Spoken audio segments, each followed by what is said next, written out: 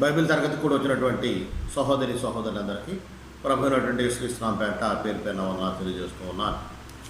ఈరోజు బైబిల్ తరగతిలో మనము సువార్త అనగానే ఏమనేటువంటి అంశాన్ని మనం నేర్చుకుందాం.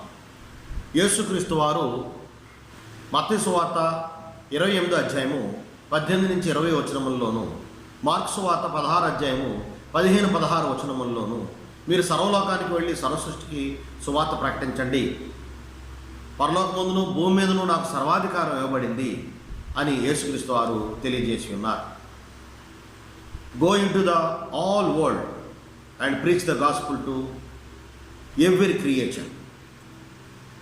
దేవుని యొక్క ఉద్దేశం సర్వలోకానికి వెళ్ళి సర్వసృష్టికి సువార్త ప్రకటించబడాలి. ఈ భూమి మీద ఉన్నటువంటి ప్రతి వ్యక్తికి సువార్త ప్రకటించబడాలి అనేటువంటిది దేవుని యొక్క ఉద్దేశమై ఉంది. ఈ భూమి మీద ఉన్నటువంటి ప్రతి దేశంలో ఉన్న ప్రజలకు, ప్రతి ప్రాంతంలో ఉన్న ప్రజలకు, ప్రతి భాష మాట్లాడేటువంటి ప్రజలకి సువార్త ప్రకటించబడాలి అనేటువంటిది దేవుని యొక్క ఉద్దేశం. అంటే దేవుని యొక్క ఉద్దేశం ఈ వ్యక్తికి సువార్త ప్రకటించబడాలి అనేటువంటిది దేవుని యొక్క ఉద్దేశం. అయితే ఒక వ్యక్తి సువార్తను వినడము వినకపోవడం అనేటువంటిది అతని యొక్క వ్యక్తిగతమైనటువంటి విషయం. అయితే దేవుడు మాత్రం అందరినీ ప్రేమించి, అన్ని కాలాల్లో ఉన్నటువంటి వారందరినీ కూడా ప్రేమించి వారికి సువార్త ప్రకటించబడేటువంటి భాగ్యాన్ని దేవుడు కల్పిస్తూ ఉన్నాడు. తెస్సలోనికైలోకి రాయబడినటువంటి 2వ పత్రిక 2వ అధ్యాయం 14వ వచనంలో దేవుడు సువార్త ద్వారా మానవులను పిలుస్తూ ఉన్నాడు. అంటే సువార్త ప్రకటించబడుతూ ఉన్నది అంటే దాని అర్థం సువార్త ద్వారా దేవుడు పిలుస్తూ ఉన్నాడు అని గ్రహించవలసిందిగా ప్రేమపూర్వకంగా కోరుచున్నాను. యేసుక్రీస్తు వారు ఇచ్చినటువంటి ఆజ్ఞలో ఉన్నటువంటి మరొక మాటను గ్రహిద్దాం. లోకానికి వెళ్ళి సర్వసృష్టికి సువార్తను ప్రకటించండి, సువార్తను ప్రకటించండి, సువార్తను ప్రకటించండి. అంటే యేసుక్రీస్తు వారు చెప్పినటువంటి మాట గాస్పుల్ని ప్రకటించండి, ప్రీచ్ ద గాస్పుల్, సువార్తను ప్రకటించండి. అంటే యేసుక్రీస్తు వారు మతాన్ని మార్చండి, మత మార్పిడి చేయండి అని ఆ యొక్క మాటలో తెలియచేయలేదు. సువార్తను ప్రకటించండి అంటే రెండాటికి వ్యత్యాసం ఏమైనా ఉందా?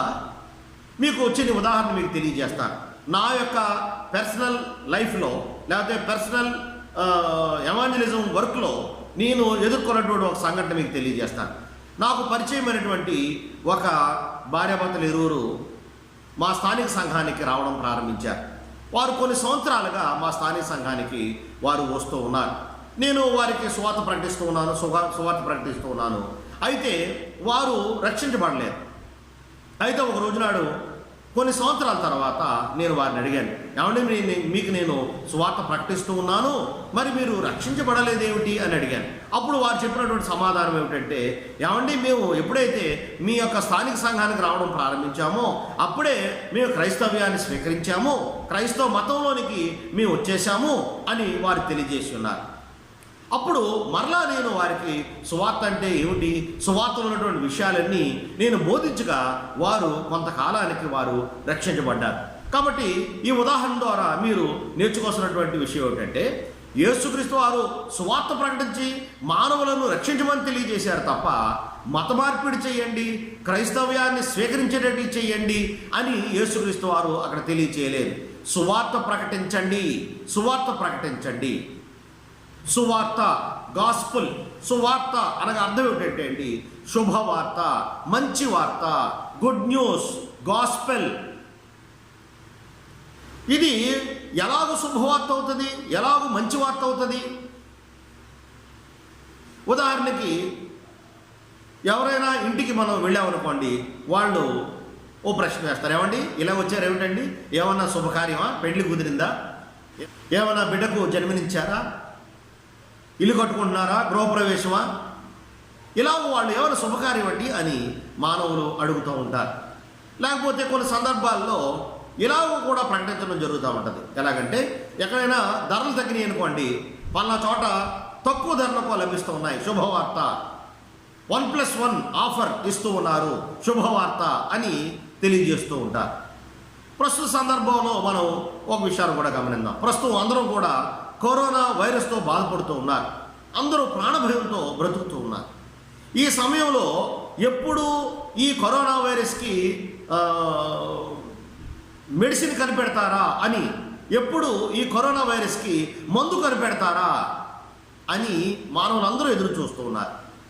టీవీల్లోనూ పేపర్లలోనూ ఏం రాస్తూ ఉన్నారంటే, శుభవార్త, కరోనా వైరస్కి మందు కనిపెట్టారు అని తెలియజేస్తున్నారు. కాబట్టి ఈ పదం సువార్త, శుభవార్త, మంచి వార్త, గాస్పెల్, గుడ్ న్యూస్ అనేటువంటి పదాల గురించి ఈ అర్థం చేసుకోవాల్సిందిగా ప్రేమపూర్వకంగా కోరుచున్నాను. ఇప్పుడు దేవుని యొక్క వాక్యాన్ని ప్రకటించడం అనేటువంటిది సువార్త ఎలాగవుతుంది, మంచి వార్త ఎలాగవుతుంది, శుభవార్త ఎలాగవుతుంది మానవులకు గమనిద్దాం. సువార్త అనగా ఏమిటో మొట్టమొదటిగా చూద్దాం.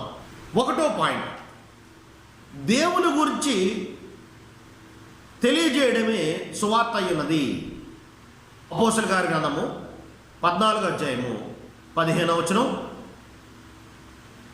అదేవిధంగా 17వ అధ్యాయము 24వ వచనం నుంచి 30వ వచనం వరకు మనం చూసినట్లయితే, సువార్త అనగా దేవుని గురించి తెలియజేయడమే సువార్త అయ్యున్నది అని ఆ యొక్క లేఖన భాగాల్లో వివరిస్తూ ఉన్నాడు.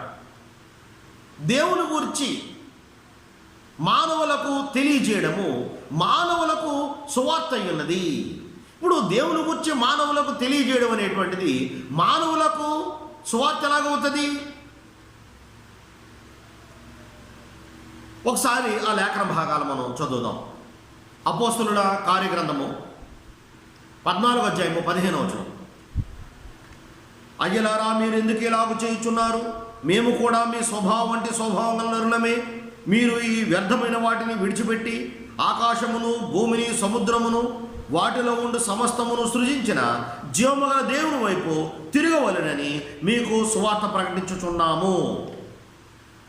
పౌలు లుస్త్రపట్నం వెళ్ళినప్పుడు, గలతీ ప్రాంతంలో ఉన్నటువంటి ఆ లుస్త్రపట్నం వెళ్ళినప్పుడు, నేను మీకు సువార్త ప్రకటిస్తూ ఉన్నాను, జీవముగల దేవుని వైపు తిరగవలెనని మీకు నేను సువార్త ప్రకటిస్తూ ఉన్నానని ఆ లేఖన భాగంలో తెలియజేసి ఉన్నాడు. అంటే మానవులు సృష్టికర్త అయినటువంటి దేవునిని ఎరుగక జీవిస్తూ ఉన్నారు. ప్రస్తుతం మానవులు దేవునిని, సృష్టికర్త అయినటువంటి దేవునిని, ఎవరైతే ఈ భూమి ఆకాశాలు సృష్టించారో, ఎవరైతే ఈ భూమి ఆకాశాన్ని అందరి సమస్తాన్ని సృష్టించారో ఆ దేవునిని ఎరుగక మానవులు బ్రతుకుతూ ఉన్నారు. ఎవరైతే ఈ గాలిని, మనం పిలుస్తున్నటువంటి గాలిని, ఎవరైతే ఈ మనం త్రాగుతున్నటువంటి నీటిని, ఎవరైతే మనం తింటున్నటువంటి ఆహారాన్ని సృష్టించి ఉన్నారో ఆ సృష్టికర్త అయినటువంటి దేవునిని ఎరుగక మానవులు బ్రతుకుతూ ఉన్నారు. ఎంత విచారకరం అండి, ఎంత దుఃఖకరం, ఎంత బాధాకరం. సృష్టికర్త అయినటువంటి దేవునిని ఎరుగక ఆయన సృష్టించినటువంటి సృష్టిలో బ్రతుకుతూ, ఆయన సృష్టించినటువంటి సృష్టిని అనుభవిస్తూ, ఆయన సృష్టించినటువంటి సృష్టి వలన మనందరం కూడా బ్రతుకుతూ ఆయనని ఎరుగకుండా జీవిస్తున్నాము అంటే అది ఎంత విచారకరమో చూడండి. ఎవరైతే ఋతువులను రప్పిస్తూ ఉన్నారో, ఎవరైతే దినములను, మాసములను, సంవత్సరాలను రప్పిస్తూ ఉన్నారో, ఎవరైతే వర్షాన్ని కురిపిస్తూ ఉన్నారో, ఎవరైతే ఏ ఏ ఋతువుల్లో ఆయా ఫలాలను రప్పిస్తూ ఉన్నారో ఆయనని ఎరుగక మానవులు బ్రతుకుతూ ఉన్నారు. ఇవన్నీ అనుభవిస్తూ, ఇవన్నీ ఎవరైతే ఇస్తూ ఉన్నారో ఆయనని ఎరుగకుండా మానవులు బ్రతుకుతూ ఉన్నారు. అందుకనే పౌలు ఏమంటూ ఉన్నాడు అంటే ఆ లేఖన భాగంలో, మీరు ఈ వ్యర్థమైన వాటిని విడిచిపెట్టి ఆకాశమును, భూమిని, సముద్రమును, వాటిలో ఉండు సమస్తమును సృష్టించిన జీవముగల దేవుని వైపు తిరగవలెనని మీకు నేను సువార్త ప్రకటిస్తూ ఉన్నాను. ఆయన గత కాలములో సమస్త జనులను తమ తమ మార్గముల యందు నడువనిచ్చెను. అంటే సువార్త ప్రకటన ప్రారంభం అవ్వకముందు మానవులు ఏ స్థితిలో ఉన్నారో ఆ వచనంలో తెలియజేస్తూ ఉన్నాడు. అయితే ఇప్పుడు సువార్త ప్రకటించబడిన తర్వాత, సువార్త ప్రారంభమైన తర్వాత మానవులు సృష్టికర్త అయినటువంటి దేవుణ్ణి ఎరగాలి. 17వ వచనంలో ఏం తెలియజేస్తున్నాడో చూడండి. అయినను ఆయన ఆకాశము నుండి మీకు వర్షమును, ఫలవంతములైన ఋతువులను దయచేయచ్చు, ఆహారమును అనుగ్రహించుచు, ఉల్లాసంతో మీ హృదయములను నింపుచు, మేలు చేయుడు చేత తన్ను గూర్చి సాక్ష్యము లేకుండా చేయలేదని బిగ్గరగా చెప్పాడు. అంటే దేవుడు ఆకాశము నుండి మీకు వర్షమును, ఫలవంతములైనటువంటి ఋతువులను దయచేయచ్చు, ఆహారాన్ని అనుగ్రహిస్తూ ఉన్నాడు. ఆయన వైపు మీరు తిరగండి, ఆయనను మీరు ఎరుగవలెనని మీకు నేను సువార్త ప్రకటిస్తూ ఉన్నాను అని తెలియజేస్తూ ఉన్నాడు. అదే విధముగా అపోస్తలుల గారి గ్రంథము 17వ అధ్యాయము 24వ వచనం నుంచి 30వ వచనం వరకు ఉన్నటువంటి విషయాలు మనం గమనిద్దాం. ఈ వచనాల్లో కూడా దేవుడు ఎవరో తెలియజేస్తూ ఉన్నాడు. 24వ వచనం, జగత్తును అందరి సమస్తమును నిర్మించిన దేవుడు. జగత్తును అందరి సమస్తాన్ని దేవుడే నిర్మించాడు. 25వ వచనం, ఆయన అందరికీ జీవమును ఊపిరిని సమస్తమును దయచేయువాడు. దేవుడు ఈ భూమి మీద ఉన్నటువంటి మానవులందరికీ కూడా జీవమును ఊపిరిని సమస్తాన్ని దయచేసేవాడు.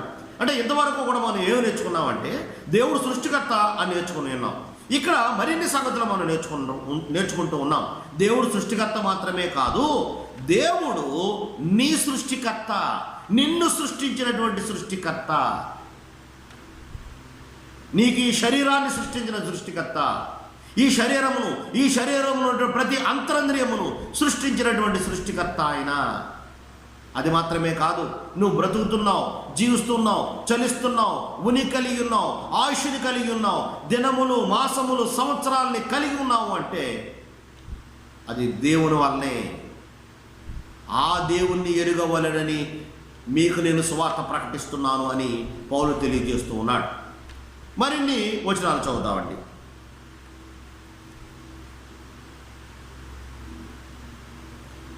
26వ వచనం, మరియు యావత్ భూమి మీద కాపురం ఉండుటకు ఆయన ఒకరి నుండి ప్రతి జాతి మనుషులను సృష్టించెను.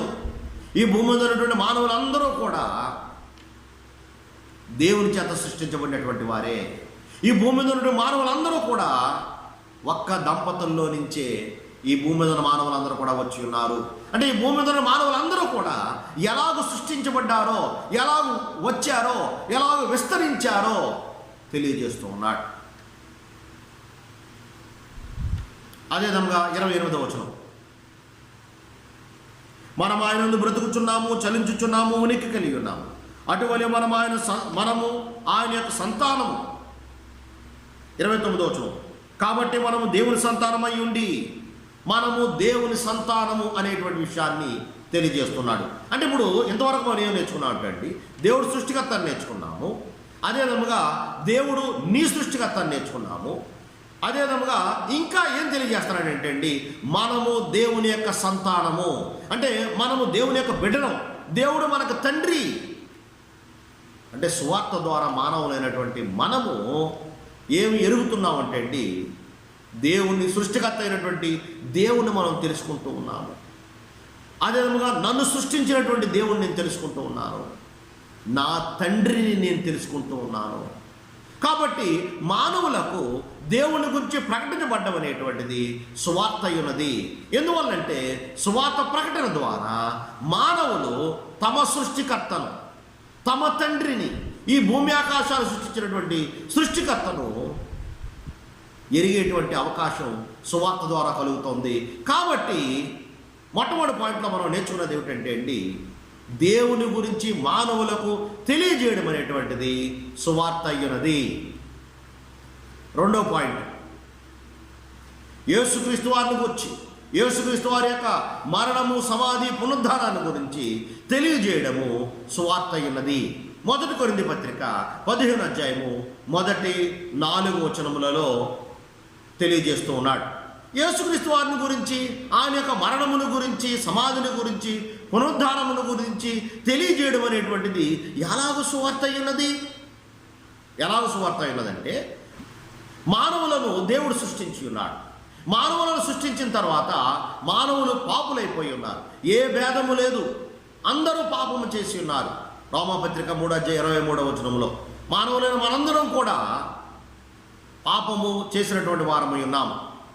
పాపము చేసినటువంటి మానవులైనటువంటి మనలను దేవుడు ఆ పాపము చేసిన స్థితిలోనే, అనగా పాపం వల్ల వచ్చే జీతము మరణం, రోమా 6:23, ఆ మరణించినటువంటి స్థితిలోనే పాపం వల్ల మనము దేవుని యొక్క ఉగ్రతకు పాత్రులమయ్యాము. ఎఫెసీయులకు రాసిన పత్రిక 2వ అధ్యాయము మొదటి 3 వచనములలో, అదే విధముగా మనము నిత్య నరకమునకు పాత్రులమవుతూ ఉన్నాము.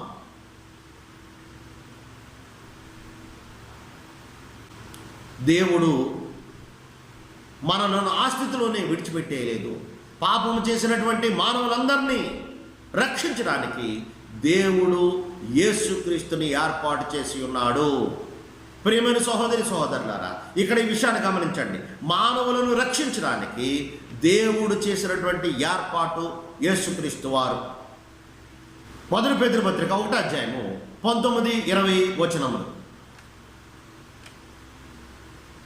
దేవుడు జగత్తు పునాది వేయబడక మునిపే మానవుల రక్షణ కోసము యేసుక్రీస్తు వారిని ఏర్పాటు చేసి ఉన్నాడు. యేసుక్రీస్తు వారిని నియమించి ఉన్నాడు. అంటే మానవులను రక్షించడానికి దేవుడు చేసినటువంటి ఏర్పాటు యేసుక్రీస్తు.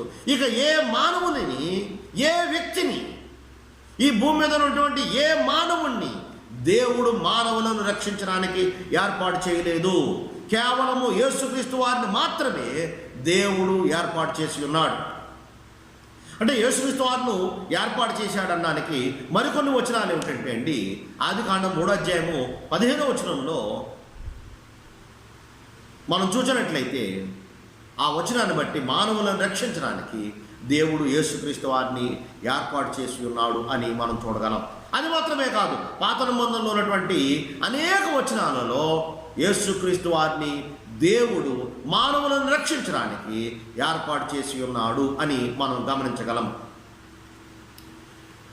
అదే విధముగా యేసుక్రీస్తు వారి గురించి మనం గమనించవలసిన విషయం ఏంటంటే, పాపులైనటువంటి మానవులు ఎలా రక్షించబడతారు అంటే, రక్తము చిందించకుండా పాపక్షమాపణ కలగదు. హెబ్రీయులకు రాసిన పత్రిక 9వ అధ్యాయము 22వ వచనం. అంటే రక్తం చిందించకుండా పాపక్షమాపణ మనకి లభించదు. అందుకనే యేసుక్రీస్తు వారు మానవుల యొక్క పాపముల నిమిత్తము ఆయన ప్రాణాన్ని పెట్టి ఉన్నారు. అందుకనే యేసుక్రీస్తు వారి గురించి చెప్పండి మాట ఏమిటంటే అండి, లోక పాపములను మోసుకొని పోవు దేవుని గొర్రెపిల్ల. యోహాను సువార్త 1వ అధ్యాయము 29వ వచనం.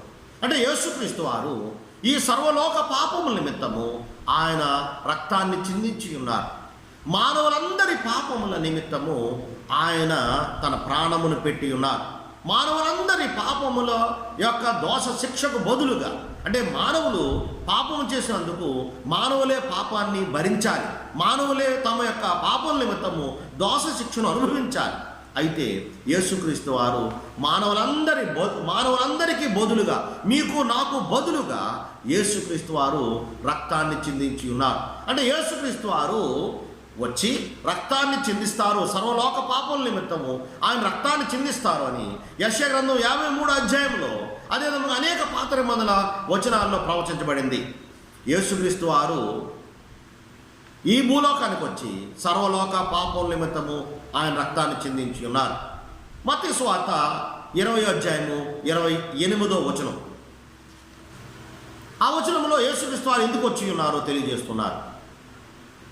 యేసుక్రీస్తు వారు అనేకులకు ప్రతిగా విమోచన క్రయధనముగా తన ప్రాణమునిచ్చుటకు వచ్చినని చెప్పాను.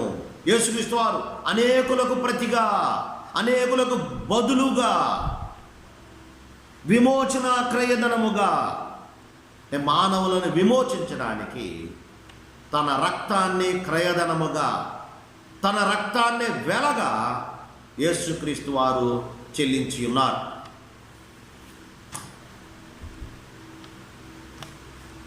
ఎఫెసీ పత్రిక 1వ అధ్యాయము 7వ వచనాన్ని కూడా మనం చూద్దామండి. ఆయన రక్తం వల్ల మనకు విమోచనం అనగా మన అపరాధములకు క్షమాపణ మనకు కలిగి ఉన్నది. అంటే యేసుక్రీస్తు వారి యొక్క రక్తము వలన మన అపరాధములకు అనగా మన పాపములకు క్షమాపణ, అంటే యేసుక్రీస్తు వారి యొక్క రక్తము వలన మానవులందరికీ పాప క్షమాపణ కలుగుతూ ఉన్నది, మానవులకు పాప క్షమాపణ లభిస్తూ ఉన్నది. మరొక వచనాన్ని మనం చూద్దాం. 1 యోహాను పత్రిక 4వ అధ్యాయము 10వ వచనం. మనము దేవుని ప్రేమించితిమని కాదు, తానే మనలను ప్రేమించి మన పాపములకు ప్రాయశ్చిత్తమై ఉండుటకు తన కుమారుని పంపెను. ఇందులో ప్రేమ ఉన్నది. దేవుడు మానవులైన మనలందరినీ కూడా ప్రేమించి మన పాపములకు ప్రాయశ్చిత్తంగా యేసుక్రీస్తు వారిని బలిగా అర్పించి ఉన్నాడు. మన పాపములకు ప్రాయశ్చిత్తం యేసుక్రీస్తు వారు. మన పాపములకు మాత్రమే కాదు, సర్వలోక పాపములకు ప్రాయశ్చిత్తం యేసుక్రీస్తు వారై ఉన్నారు. అందుకనే యేసుక్రీస్తు వారు లోకరక్షకుడు. యేసుక్రీస్తు వారు ఒక ప్రాంతానికో, ఓ దేశానికో, ఒక జాతికో, లేకపోతే ఒక ఓ భాష మాట్లాడే వరకు, ఒక కులానికో ఆయన రక్షకుడు కాదు. ఆయన మానవులందరికీ రక్షకుడు. అందుకనే ఆయన లోకరక్షకుడు.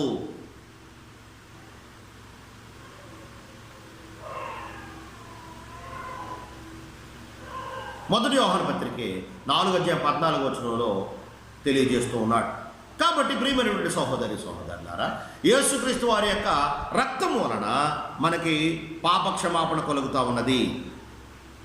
యేసుక్రీస్తు ద్వారానే ఈ భూమి మీద మానవుల యొక్క పాపక్షమాపణ నిమిత్తము రక్తాన్ని చిందించినటువంటి ఏకైక వ్యక్తి యేసుక్రీస్తు వారు.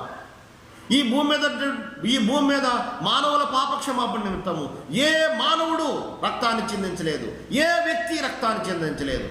దేవుడు యేసుక్రీస్తునే మానవుల పాపక్షమాపణ నిమిత్తము ఏర్పరిచి ఉన్నాడు. అదే విధముగా యేసుక్రీస్తు వారే ఈ భూలోకానికి శరీరధారిగా వచ్చి రక్తాన్ని చిందించి ఉన్నారు, తన ప్రాణాన్ని పెట్టి ఉన్నారు. యేసుక్రీస్తు వారు మరణించి సమాధి చేయబడి తిరిగి లేచి ఉన్నారు. అంటే యేసుక్రీస్తు వారి యొక్క మరణము, సమాధి, పునరుద్ధానము ద్వారా మనకి పాపక్షమాపణ కలుగుతూ ఉన్నది. అంటే యేసుక్రీస్తు వారు ప్రాణం పెట్టడం మాత్రమే కాదు, సమాధి చేయబడి 3వ దినాన్న మరణాన్ని జయించి తిరిగి లేచారు. అంటే యేసుక్రీస్తు వారు మరణాన్ని జయించి తిరిగి లేకపోయినప్పటికీ మనకు పాపక్షమాపణ లభించేది కాదు. ఇంకనూ మనం పాపంలోనే ఉండి చనిపోదము, ఇంకనూ మనం పాపంలోనే ఉండి మానవులందరూ కూడా, సర్వలోకంలో ఉన్నటువంటి మానవులందరూ కూడా చనిపోయి ఉండేటువంటి వారు. మొదటి కొరింథీ పత్రిక 15:17 ఆ విషయాన్ని తెలియజేస్తూ ఉన్నాడు. కాబట్టి యేసుక్రీస్తు వారి ద్వారానే మానవులకు పాపక్షమాపణ, మానవుల పాపములకు ప్రాయశ్చిత్తం యేసుక్రీస్తు వారి యొక్క రక్తం వల్ల మాత్రమే దొరుకుతుంది. అంటే ఇప్పుడు మానవులకు యేసుక్రీస్తు వారి యొక్క ఆ మరణము ఎలాగో సువార్త అయి ఉన్నదంటే మానవులకు పాపక్షమాపణ లభిస్తూ ఉంది. ఎంత గొప్ప సంగతో చూడండి. మానవులకు మరి ఏ విధముగాను మానవులకు పాపక్షమాపణ లభించదో. అందుకని అపోస్తలుల కార్యం 4:12 మరి ఎవని వలనను రక్షణ కలుగదు, ఈ నామముననే మనము రక్షణ పొందవలను కానీ ఆకాశము కింద మనుషులలో ఇవ్వబడిన మరి ఏ నామమున రక్షణ పొందలేము అనెను. అంటే మానవులకు యేసుక్రీస్తు వారి ద్వారానే రక్షణ. ఆకాశము కింద మనుషులలో, అంటే మనుషుల మధ్యన, ఈ భూమి మీద మనుషుల మధ్యన మరి ఎవరి ద్వారాను, మరి ఏ నామమునను రక్షణ లేదు. యేసుక్రీస్తు వారి ద్వారానే మనము పాపక్షమాపణ పొందగలము, పాపం నుంచి మనం రక్షించబడగలము, పాపములను మనం కడిగి వేసుకొని మన పాపములకు ప్రాయశ్చిత్తం చేసుకోగలము. కాబట్టి యేసుక్రీస్తు వారి యొక్క మరణము, సమాధి, పునరుద్ధానాన్ని గురించి మానవులకు తెలియజేయబడ్డం అనేటువంటిది మానవులకు సువార్త అయ్యున్నది. 3వ పాయింట్, మానవులకు దేవుని రాజ్యాన్ని గురించి ప్రకటించడము సువార్త అయ్యున్నది. అపోస్తలుల కార్యగ్రంథము 8:12 అయితే ఫిలిప్పు దేవుని రాజ్యమును గూర్చి, యేసుక్రీస్తు నామమును గూర్చి సువార్త ప్రకటించుచుండగా వారతన్ని నమ్మి పురుషులను స్త్రీలను బాప్తిసం పొందిరి.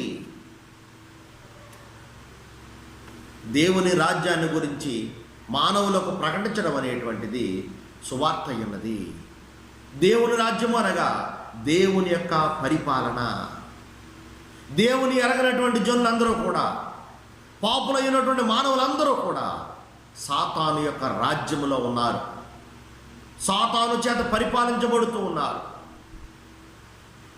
దేవుని ఎరగని జనులు, పాపులైనటువంటి మానవులు, దేవుని ఎరగని జనులు, పాపులైనటువంటి మానవులు సాతాను యొక్క రాజ్యంలో ఉన్నారు.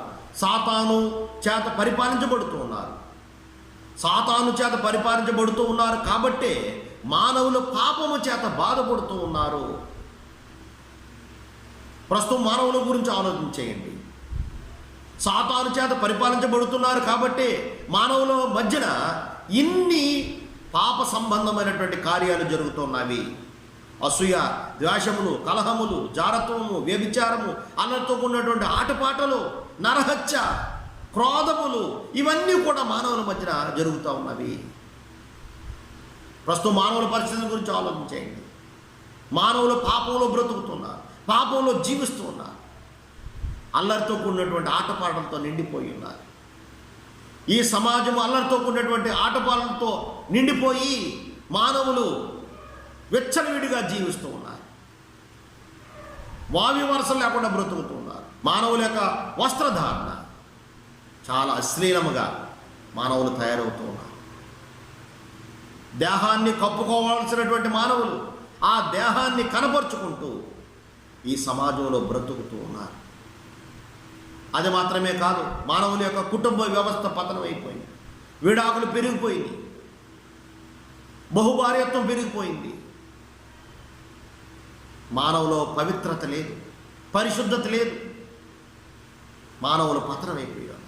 వీటన్నిటికీ కారణం ఏమిటంటే అండి, మానవులు సాతాను రాజ్యంలో బ్రతుకుతున్నారు. ఆ సాతాను రాజ్యమైనటువంటి చీకటిలో మానవులు బ్రతుకుతున్నారు, అంధకారంలో బ్రతుకుతున్నారు. ఆత్మ సంబంధమైనటువంటి ఆ చీకటి అంధకారంలో బ్రతుకుతున్నారు. మనోనేత్రములకు గుడ్డితనాన్ని కలగజేసుకుని అంధకారంలో మానవులు బ్రతుకుతూ ఉన్నారు. అలాంటి స్థితిలో ఉన్నటువంటి మానవులకు దేవుని రాజ్యాన్ని గురించి తెలియజేయడం అనేటువంటిది సువార్త ఉన్నది. ఎప్పుడైతే మానవులు దేవుని రాజ్యంలోనికి వస్తారో వారు దేవుని చేత పరిపాలించబడతారు. ఎప్పుడైతే మానవులు దేవుని చేత పరిపాలించబడతారో అప్పుడు మానవులు పరిశుద్ధంగా జీవిస్తారు, నీతిగా జీవిస్తారు, యథార్థంగా జీవిస్తారు, పవిత్రంగా జీవిస్తారు, నీతిమంతులుగా జీవిస్తారు. అందుకనే పౌలుని సువార్త ప్రకటించమని చెప్తూ యేసుక్రీస్తు వారు మాట చెప్పి ఉన్నారు. అపోస్తలుల కార్యగ్రంథము 26వ అధ్యాయము 16-18 వచనములు. వారు చీకటిలో నుండి వెలుగులోనికి, సాతాను అధికారము నుండి దేవుని వైపు తిరిగి నా యందరి విశ్వాసము చేత పాపక్షమాపణను పరిశుద్ధపరచబడిన వారిలో స్వాస్యం పొందినట్లు వారి కన్నులు తెరుచుటకై నిన్ను సువార్త ప్రకటించమని నేను పంపిస్తూ ఉన్నాను. అంటే పౌలుతో యేసుక్రీస్తు వారు చెప్పినటువంటి మాట ఏమిటంటే అండి, చీకట్లో నుండి వెలుగులోనికి, సాతాను అధికారంలో నుండి, సాతాను రాజ్యములో నుండి, సాతాను పరిపాలనలో నుండి దేవుని రాజ్యంలోనికి, దేవుని అధికారంలోనికి, దేవుని పరిపాలన కిందకు మానవులను నడిపించడానికి నువ్వు సువార్త ప్రకటించని తెలియజేస్తున్నాడు. కొలస్సీ పత్రిక 1వ అధ్యాయం 13వ వచనంలో కూడా ఏం తెలియజేసి ఉన్నాడు అంటే, దేవుడు మనలను అంధకార సంబంధమైనటువంటి అధికారంలో నుండి విడుదల చేసి తాను ప్రేమించిన తన కుమారుని యొక్క రాజ్య నివాసులుగా చేసెను. అందుకనే సువార్త ప్రకటించబడితే మానవులు సాతాను రాజ్యంలో నుండి దేవుని రాజ్యంలోనికి వస్తారు. అంటే మానవులు సాతాను రాజ్యంలో నుండి దేవుని రాజ్యంలోనికి రావడం అనేటువంటిది సువార్త ఉన్నది. కాబట్టి ప్రియమైనటువంటి సహోదరి సహోదరులారా, ఇంతవరకు సువార్తకు సంబంధించి 3 సంగతులు మనం ఆలోచన చేసి ఉన్నాం. ఏమిటంటే, సువార్త అనగా దేవుని గురించి తెలియజేయడం, సువార్త అనగా యేసుక్రీస్తు వారిని గురించి, యేసుక్రీస్తు వారి యొక్క మరణము, సమాధి, పునరుద్ధానాన్ని గురించి తెలియజేయడము మానవులకు సువార్త అన్నది. 3వది దేవుని రాజ్యము మానవులకు ప్రకటించబడ్డమనేటువంటిది సువార్త అన్నది. ఇదే మానవులకు సువార్త, మరొకటి మానవులకు సువార్త కాదు. అందుకనే పౌలు అంటూ ఉన్నాడు, ఈ సువార్తకు నేను పరిచారకుణ్ణి. అదేవిధంగా ఈ సువార్త నిమిత్తము నేను రాత్రింబగళ్ళు కష్టపడి పని చేస్తూ ఉన్నాను. ఈ సువార్త నిమిత్తము నేను శ్రమ పడుతూ ఉన్నాను. ఈ సువార్త నిమిత్తము నేను అవమానాలు పొందుతూ ఉన్నాను, శ్రమ పడుతూ ఉన్నాను, పోరాటం చేస్తూ ఉన్నాను ఈ సువార్త ప్రకటించడానికి. ఎందుకు మానవులకు ఈ సువార్త ప్రకటించడానికి పౌలు ఎంతగా కష్టపడుతున్నాడు అంటేనండి, ఈ సువార్త ద్వారానే దేవుడు మానవులను పిలుస్తూ ఉన్నాడు. ఈ సువార్త ప్రకటించబడినప్పుడే మానవులకు రక్షణ వస్తుంది. అంతే తప్ప మానవులకు వేరు వేరు విషయాలు ప్రకటించబడితే, మానవులకు వేరు వేరు అంశాలు ప్రకటించబడితే అది సువార్త కాదు. ఒకవేళ అవి ప్రకటించబడితే మానవులకు రక్షణ రాదు. అందుకనే పౌలు సువార్త ప్రకటించబడ్డ కోసము సంఖ్యలతో బంధించబడ్డాడు. తన ప్రాణాన్ని అర్పించి ఉన్నాడు ఈ సువార్తను ప్రకటించడానికే. ఫిలిప్పీ పత్రిక 1:7 ఈ సువార్తను కాపాడడం కోసమే పౌలు వాదించి ఉన్నాడు, ఈ సువార్తను స్థిరపరిచి ఉన్నాడు. అక్కడ 2 ఇంగ్లీష్ మాటలు ఉన్నాయండి. వాదించును అనే మాట దగ్గర ఏముందంటే ఇంగ్లీష్లో ఈ సువార్తను పౌలు డిఫెండ్ చేసి ఉన్నాడు. అదే విధముగా పౌలు ఈ సువార్తను కన్ఫామ్ చేసి ఉన్నాడు. అదే సువార్త బైబిల్లో రాయబడింది. ఈ సువార్త మానవులకు ప్రకటించబడినప్పుడు మాత్రమే మానవులకు రక్షణ వస్తుంది. అందరికీ వందనాలు.